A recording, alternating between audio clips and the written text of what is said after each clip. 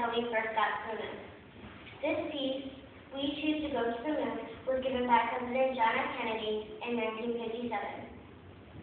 No man can fully grasp how far and how fast he has come, but condensed, if you will, the 50,000 years of man's recorded history in a time span of but half a century.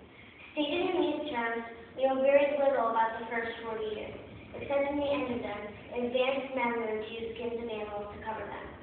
Then about 10 years ago, under the standard, man emerged from their caves to construct new kinds of shelter. Then only 5 years ago, man learned to ride in his cart with wheels. Christianity began less than 2 years ago. The Prince Press came this year, and less than 2 months ago, during the whole 50-year span of human history, the steam engine provided a new source of power. Newton explored the meaning of gravity. Last month, electric lights, telephones, automobiles, and airplanes became available. Only last week we developed penicillin, television, and nuclear power.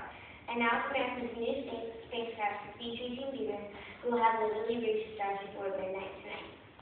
If this capsule mystery of our progress teaches us anything, it's that man, in the quest for knowledge and progress, is determined and cannot be deterred. This exploration will go ahead, whether we join it or not, and it is one of the great adventures of all time, and no nation which accepts to be the leader of other nations can expect to stay behind and raise their face. We set sail on this new sea because there's new knowledge to be gained, and new rights to be won, and they must be won and used for the progress of all people. For science, like nuclear science and all technology, has no conscience of its own. Whether it will become a force of good or ill depends on man, and whether the United States can occupy a position of preeminence can we decide whether this new ocean will be a sea of peace or a new terrifying theater of war. I do not say that we should go or will go unprotected against this hostile misuse more than we go unprotected against this hostile use of land or sea. But I do say that space can be explored and mastered without tedious fire support, without repeating the mistakes that man has made in extending his grip on this globe of ours. We choose to go to the moon. We choose to go to the moon in this decade and do other things. And not because they're easy, but because they are hard. And that goal will serve to organize the best of our energies and skills.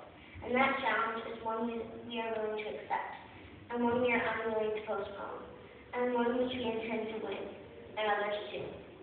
The growth of our science and education will be enriched by the new knowledge of our universe and environment, by new techniques of learning, mapping, and observation, by new tools and computers for industry, medicine, and the home as well as the school. Technical institutions such as Rice will help reap the harvest of these gains. Many years ago, the great British explorer who was to die on Mount Everest was asked why he wanted to climb it. He said, because it's there.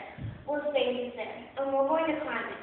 And the moon and our planets are there, and new hopes for knowledge and peace are there. And therefore, as we set sail, we ask God on the most hazardous, dangerous, and greatest adventure on which man has ever embarked. Thank you.